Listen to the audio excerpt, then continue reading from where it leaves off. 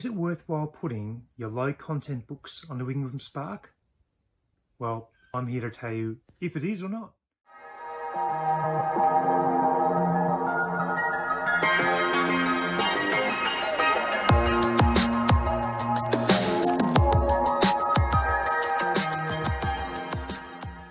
My name's Romney Nelson and I'm the founder of the Life Graduate Publishing Group, and thanks for joining us on the channel today.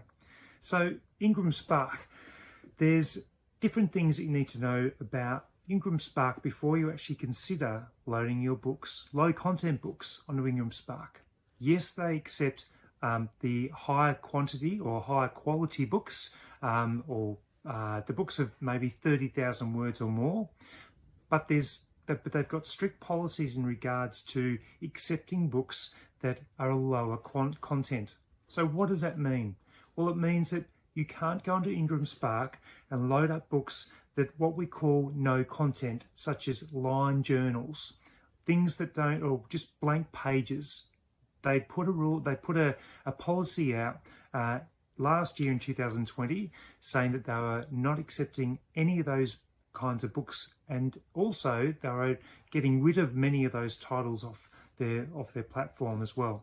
So when you do consider uploading your books to IngramSpark, they do need to be specific forms. So if you're thinking about it, they need to be, say, journals with prompted questions. They could be educational letter tracing books, those sorts of things. They may even consider colouring books, but you'd need to check on that one.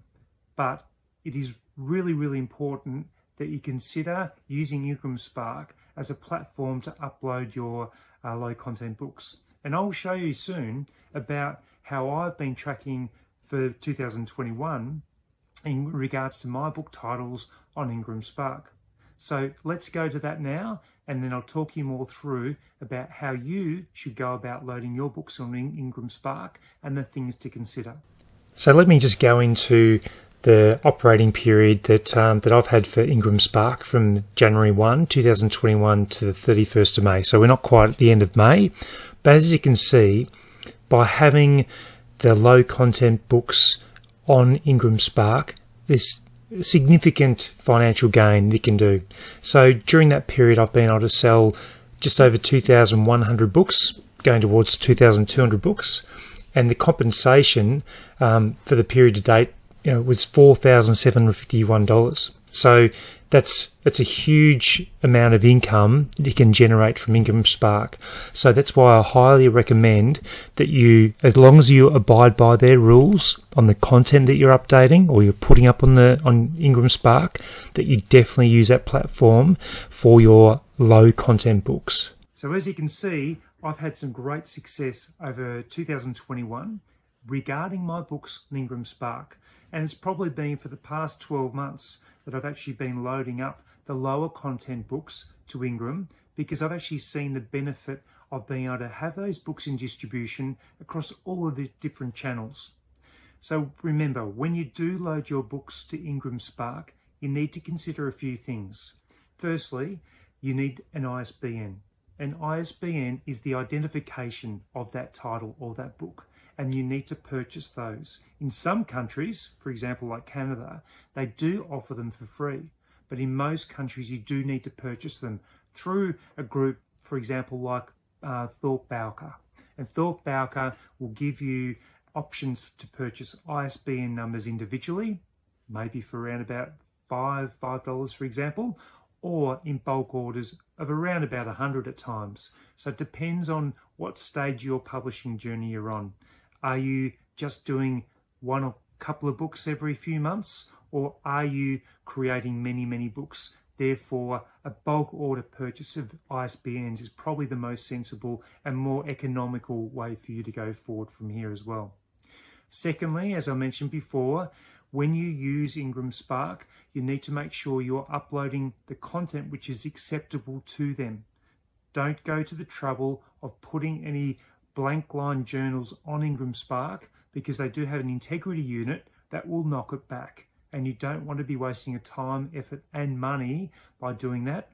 And potentially you could risk your account if you continue to do that practice as well.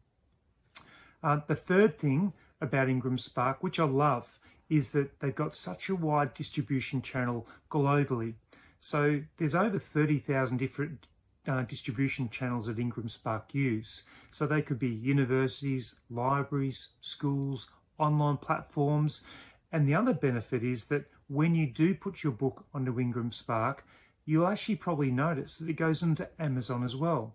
So this can be a good thing or a bad thing, because sometimes your book is competing against an existing title which might be on Amazon. But some book titles I've personally seen may not have gone so well on Amazon, but when I load them to IngramSpark, they perform exceptionally well. So sometimes it's strange how that sort of happens. So I would definitely make sure you consider the timing of when you put your book onto Amazon and IngramSpark, and that will be a video I'll talk about at what point you should put your book onto Amazon and then onto Ingram as well.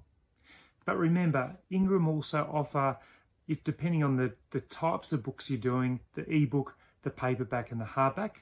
But with the lower content books, you're probably more likely, definitely, just to be going the paperbacks, not ebooks. You might consider hardbacks depending on the kind of books and titles they are as well. One last thing for consideration as well.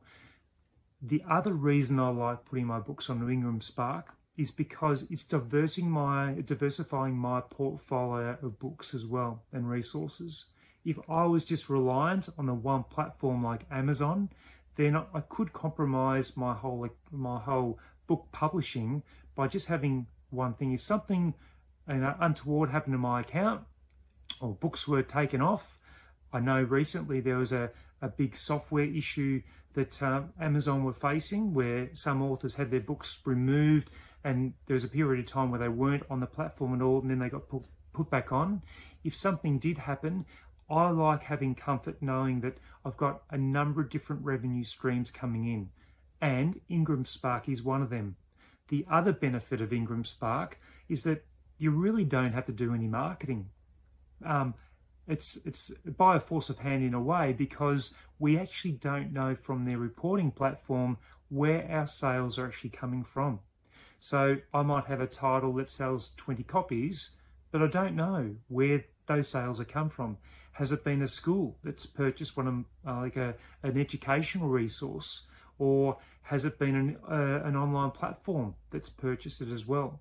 So if you can receive a passive income stream coming in from IngramSpark, then you can utilize that money to reinvest back into your business. And that could be to create more titles. It might be used for other marketing, for example, on AMS or Amazon Marketing Services. So I utilize that money as bonus money to really try and scale up my business. And you should consider doing that as well too. So I hope you enjoyed the information here.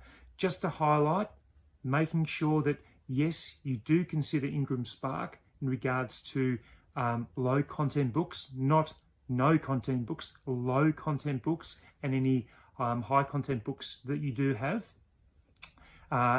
Know that by putting them on there, you're giving yourself another great opportunity to derive passive income as well.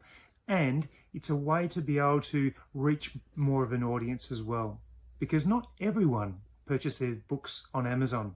Other people might go online as well to purchase books, and your books become available through those platforms. So if you liked the content, please subscribe, because I'll be creating more videos about your publishing, my publishing journey, and how I can help you to be able to scale up as well. So hit the subscribe button if you haven't already, and you'll get notifications of new videos that I will create. So thanks for watching, and I look forward to seeing you next time. See ya.